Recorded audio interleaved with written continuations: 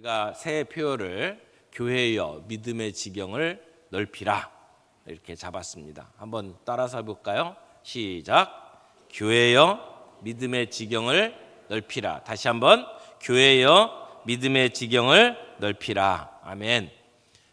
우리가 지금까지 신앙생활 해오던 패턴도 있고 우리의 역량도 있고, 그런데 우리가 하고 있던 신앙생활의 그 테두리 안에 머물러 있지 않고 하나님께서 우리에게 주신 지혜와 능력으로 우리의 믿음의 영역이 넓어지기를 바랍니다. 특별히 2025년도에는 우리의 다음 세대를 든든하게 세워가기 위해서 우리가 여러 가지 시도들을 합니다. 오렌지 교육이라고 하는 그 철학을 가지고 부모님들이 자녀들과 함께 말씀을 가지고 일어날 때든지 길을 걸어갈 때든지 앉았을 때든지 말씀을 가지고 함께 양육해가는 일들을 실천해 보려고 합니다. 그래서 우리 다음 세대가 믿음의 1세대 이후에 2세대가 점점 믿음이 식어지고 3세대에 가면 아예 믿음을 잃어버리는 그러한 옅어져가는 신앙이 아니라 우리 다음 세대가 우리보다 더 믿음 위에 서고, 그리고 그들의 영향력이 우리보다 훨씬 더 강력해지는 그런 역사를 우리가 함께 경험해 가기를 원합니다. 오늘 우리가 이사야서 말씀을 함께 보았는데 이사야서 54장이에요. 이사야는 이스라엘 백성들이 바벨론 포로로 끌려갈 것을 예언했지만 동시에 하나님께서 그들을 건져주시고 그들을 회복해 하실 것을 전하는 내용입니다. 그래서 앞에 1장부터 39장까지는 구약적인 메시지, 그래서 심판을 외치는 메시지라고 한다면 40장부터 이어지는 말씀은 신약적인 메시지예요. 그래서 하나님께서 구속하시고 회복해 하실 것이다 라고 하는 내용이 담긴 그러한 성경입니다. 그러니까 지금 54장까지 온 거잖아요. 그러니까 여기 이스라엘 백성에게 하나님께서 회복의 약속을 주시는 내용이 담겨져 있는 겁니다. 우리가 이사야서 53장을 기억하시는 분들이 있을 거예요. 이사야서 53장은 고난의 종 예수님에 관한 그러한 예언이죠. 메시아가 오는데 그 메시아는 고난받는 메시아다. 그래서 그 고난받는 종을 통해서 우리에게 구원이 올 것이다 라고 하는 메시지를 준 아주 유명한 성경이 이사야서 53장 말씀이고, 그리고 그 예언된 메시아의 고난과 대속을 통해서 하나님 나라가 회복되고 그리고 새로운 축복의 시대가 열릴 것을 이제 선포하면서 54장으로 이어지는 겁니다. 근데 54장에 들어와서 여기 본문 말씀에 보면 내 장막터를 넓히며 내 거처의 휘장을 아끼지 말고 널리 펴되 너의 줄을 길게 하며 너의 말뚝을 견고히 할지어다 라고 이야기를 하는 겁니다. 메시아를 통해서 우리에게 주어지는 회복은 단순히 물리적인 것이 아닙니다. 그냥 다른 나라의 압제를 받고 있던 사람들이 해방되는, 그래서 가난하던 사람들이 부하게 되고 그리고 압제받던 사람들이 자유를 얻게 되고, 그런 물리적인 것만에 국한되는 것이 아니고 영적인 부흥을 포함합니다. 특별히 하나님과의 관계가 회복되는 것을 이야기합니다. 그래서 이 이사야서 54장 말씀은 바벨론 포로 이후에 이스라엘이 어떻게 회복될 것인지를 예언하는 내용이에요. 그리고 하나님께서 자기 백성들과 다시 언약을 갱신하는 내용입니다. 그래서 54장 1절 말씀을 보게 되면 이렇게 시작을 해요. 잉태하지 못하며 출산하지 못한 너는 노래할지어다. 산고를 겪지 못한 너는 외쳐 노래할지어다. 이는 홀로 된 여인의 자식이 남편 있는 자의 자식보다 많음이라 여호와께서 말씀하셨느니라. 이스라엘의 황폐한 모습을 여기 뭐라고 표현했냐면 잉태하지 못한 여인이라고 표현을 하고 있어요. 그러니까 바벨론의 포로로 끌려가는 이스라엘 백성의 그 처참한 상황을 그렇게 표현을 한 거예요. 근데 뭐라고 이야기합니까? 잉태하지 못한 여인으로 묘사하는 그 여인이 많은 자녀를 낳는데요. 그래서 기쁨의 노래를 부르게 될 거래요. 그러면서 오늘 2절 말씀에 내 장막터를 넓히라 라고 말씀을 하는 겁니다. 여기 장막이라고 하는 것은 유목 생활을 하면서 사람들이 치던 텐트를 이야기하는 거예요. 이스라엘 백성들이 그 애굽에서 나와서 가나안으로 오는 과정에 광야 생활을 하잖아요. 그때 이스라엘 백성들의 주거 그 양식이 텐트였습니다. 장막이었습니다. 그렇죠? 그래서 이동하면서 살 수 있는 그런 주거 환경을 가지고 있습니다. 그런데 이 장막은 이스라엘 백성을 상징하는 거죠.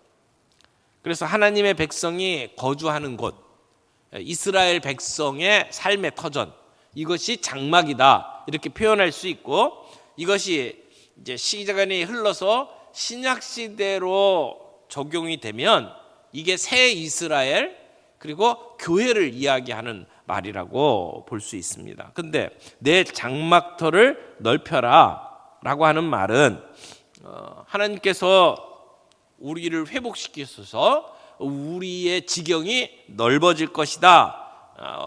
하나님께서 우리에게 주신 약속과 그 축복이 대단할 것이다, 풍성할 것이다 라고 하는 이야기를 하는 겁니다. 여기 넓히라 라고 이야기를 했는데, 사실은 지금 이스라엘 백성들이 이 말씀을 지금 받는 상황은 하나님의 심판을 받아서 노예 생활을 할 때잖아요. 처참한 그러한 환경 속에 있을 때잖아요. 그런 환경을 하나님께서 회복시켜 주실 것을 이야기를 하는 거거든요. 그런데 그런 사람들에게 내 장막터를 넓혀라 라고 이야기하는 것은 하나님께서 주실 축복을 받을 준비를 하라 라고 하는 말씀으로 해석할 수 있습니다. 하나님께서 축복을 해 주실 텐데 하나님의 축복과 약속을 받아들일 자세를 갖고 있어야 된다라고 하는 것이죠. 지금까지는 현실적으로 소망이 없었어요. 현실적으로 너무 움츠러들었어요. 좁은 현실에 갇혀 있어요. 그러나 하나님은 그들의 지경을 넓히기를 원하시는 겁니다. 그래서 단지 이스라엘 백성들이 노예 생활에서 자유를 얻을 뿐만이 아니라 단지 그들의 숫자가 증가하는 것만을 이야기하는 것이 아니라 그들의 영적인 영향력이 커지기를 지금 이야기를 하는 겁니다. 그래서 이스라엘의 회복, 그들이 영적인 자신의 정체성을 깨닫고 그 능력을 가지고 살아가는 것을 이야기하는 것과 동시에 우리 신약시대의 교회, 지금 우리 성도들에게 주시는 말씀으로 이 말씀을 받는다면 우리의 복음의 영향력이 커지고, 그리고 우리가 세상에 끼치는 그러한 그 빛과 같은 삶의 능력이 커지는 것을 이야기를 하는 것이죠.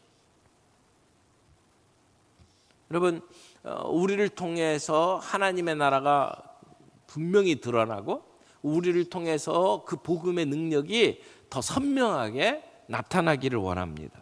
이것이 결국 교회가 가지고 있는 선교의 사명을 이야기를 하는 거죠.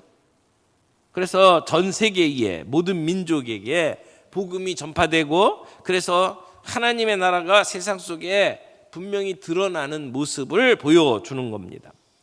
하지만 이런 회복과 확장은 이스라엘 백성의 자신의 능력으로 감당할 수 있는 게 아니죠. 지금 이스라엘은 노예 생활을 하고 있어요. 스스로는 일어날 수가 없어요. 그들이 포로로 끌려가 있는 시간이 70년입니다. 우리나라가 일제에 압제당한 그때가 한 36년 뭐 이렇게 이야기를 하는데 30년이면 한 세대예요. 70년이면 두 세대가 건너가는 겁니다. 그러면 포로로 끌려갔던 사람들은 파파 할아버지 되고 다 세상을 떠나고 그들의 자녀들이 돌아오는 거예요. 그러면 태어날 때부터 노예였던 사람들이잖아요. 자유를 가지고 살아갔던 경험이 없는 사람들이잖아요. 그런 사람들에게 내가 자유인이다, 내가 나라를 건설하고 그리고 우리가 세상에 영향력을 끼친다, 꿈도 못 꾸는 이야기일 거예요. 그러니까 이스라엘은 자신의 능력으로 회복할 수 있는 능력이 없어요. 하나님의 은혜로만 그 기회가 주어지는 겁니다. 여러분, 우리가 구원받은 것이 우리가 무슨 똑똑하고 능력이 있어서가 아니잖아요. 하나님의 은혜로 구원받은 거잖아요. 마찬가지예요. 우리가 세상에 영향력을 끼칠 수 있는 것도 우리가 능력이 있어서가 아닙니다. 하나님이 우리에게 주시는 은혜로 가능하다라고 하는 것을 보여주는 것이죠. 그래서 우리는 하나님의 나라 백성, 이스라엘 백성으로서 우리의 장막들을 넓히고 그리고 하나님의 뜻을 이루어 가야 할 사명이 있는 존재예요. 여기 내 거처의 휘장을 아끼지 말고 그랬는데, 휘장은 이 장막을 덮는 천을 이야기를 하는 겁니다. 근데 이 휘장을 아끼지 말고 널리 펴라 라고 표현하는 것은 하나님께서 우리에게 부어주시는 은혜를 내가 가지고 있는 생각을 가지고 제한하지 말아라. 우리의 생각과 하나님의 생각이 다르잖아요. 우리는 우리가 가지고 있는 그 한계 속에서 이만큼이면 됐지라고 늘 생각하는 경향이 있어요. 근데 하나님의 생각은 우리보다 훨씬 넓어요.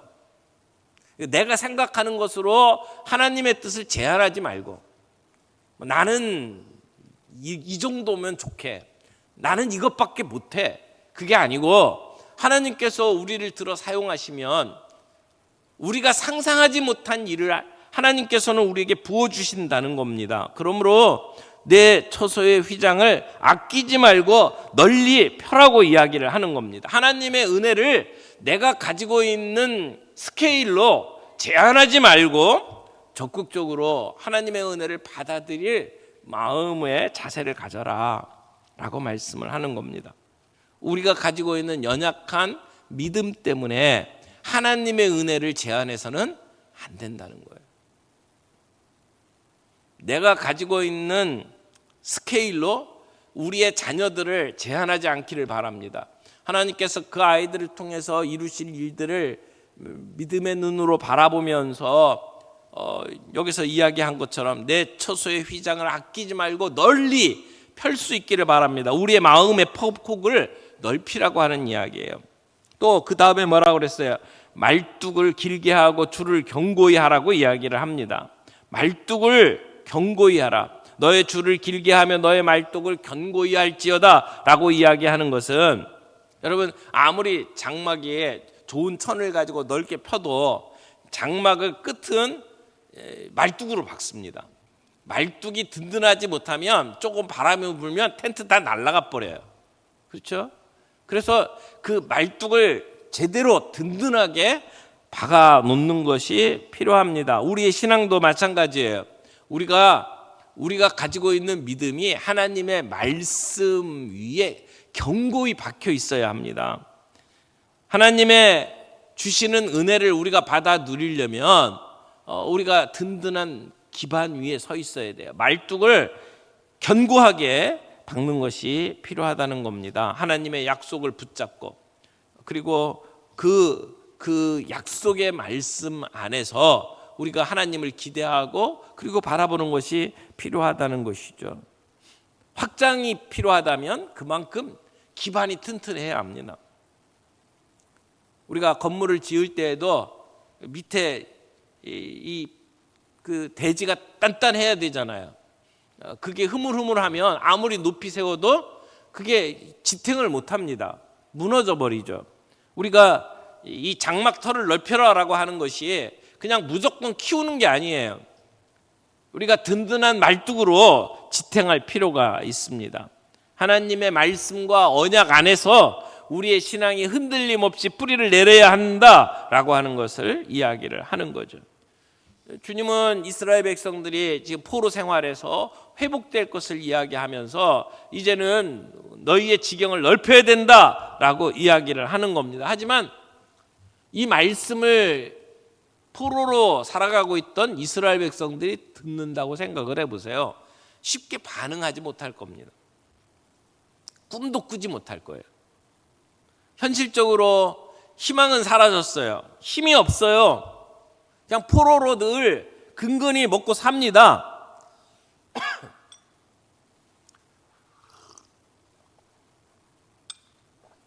그들의 영적인 상태는 침체되어 있습니다.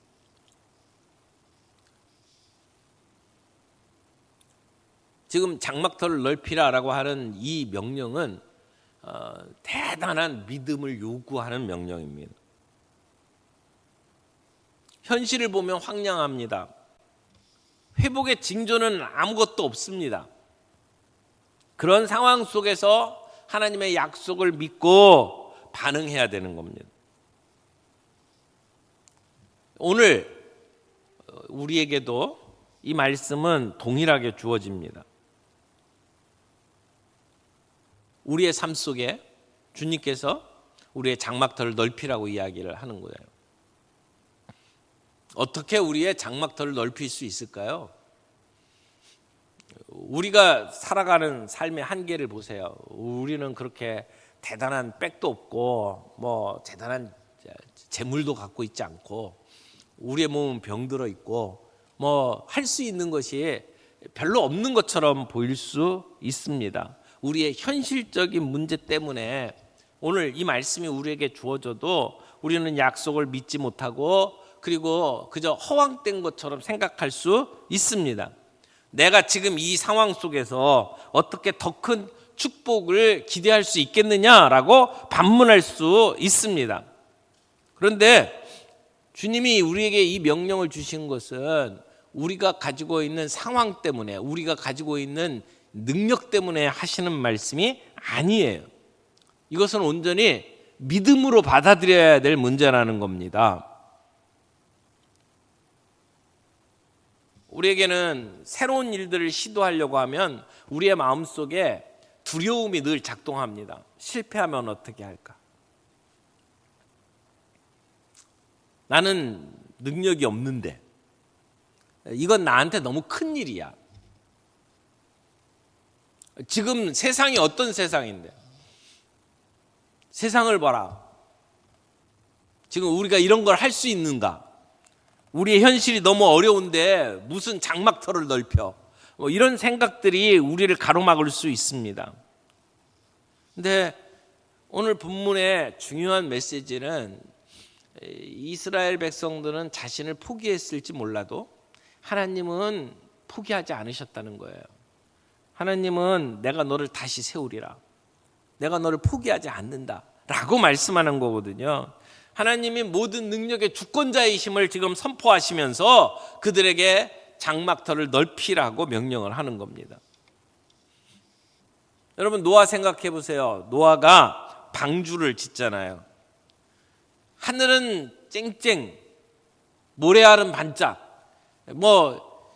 비가 올 기미가 전혀 보이지 않습니다. 그럼에도 불구하고 믿음으로 노아는 산 위에서 배를 지었어요.